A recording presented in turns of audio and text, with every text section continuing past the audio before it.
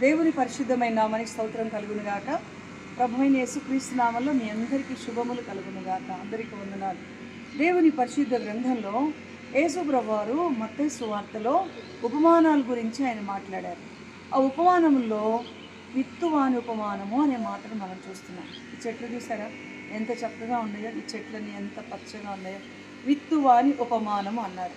అక్కడ నేల వేరువేరుగా ఉంది, విత్తనం మాత్రం ఒకటే, కానీ పడిన స్థలాలు మాత్రం మార్పు.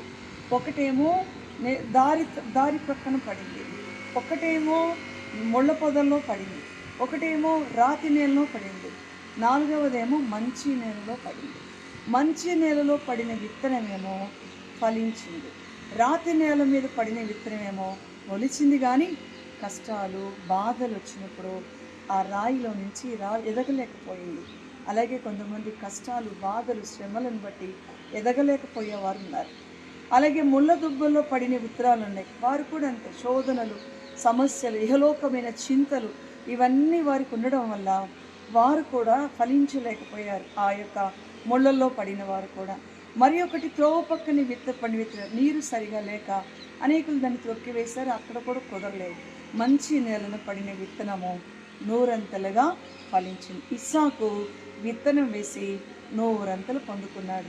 కనుక ఈ వాక్యం వింటున్నవారు ఇప్పటి వరకు త్రొక్కివేయబడ్డారో, లేకపోతే అణిచివేయబడ్డారో, లేకపోతే అనేకమైన సమస్యల ద్వారా నలిగిపోయి ఉన్నారో, దేవుని సన్నిధానంలో ఈ సంవత్సరంలో విత్తనం వేసి నూరంతలు పొందుకున్నట్లుగా నేనైతే దేవుని మందిరంలో పచ్చని చెట్టు వలె ఉన్నాను అన్నాడు దావీదు భక్తుడు. ఆ విధంగా మీ జీవితములను పచ్చగా, సమృద్ధిగా, సంతోషముతో దేవుడు నింపునుగాక. నేనైతే, వాళ్ళందరూ ఎట్లా ఉన్నారో నాకు అనవసరం, నేనైతే దేవుని మందిరములో పచ్చని చెట్టు వలె ఉన్నాను, ఒలీవ చెట్టు వలె ఉన్నానన్నారు. కనుక ఆ విధంగా ఒలీవ చెట్టు ప్రార్థనా జీవితానికి సాదృశ్యం. కనుక ఆ విధంగా ప్రార్థనా జీవితంతో పచ్చని చెట్లు వలె దేవుడు మిమ్మల్ని దీవించునుగాక. పచ్చని వారిగా, సమృద్ధి కలిగిన వారిగా, సంవత్సరం వర్షము లేకపోయినా పచ్చగా ఉండునన్న ఇర్మీయా గ్రంథంలో ఆ విధంగా పచ్చని చెట్టులాగా దేవుడు దీవించునుగాక, ఆశీర్వదించునుగాక. దేవుడు ఆ విధంగా మిమ్మల్ని తృప్తిపరచునుగాక. Amen. God bless you. Praise the Lord. అందరికీ వందనాలు.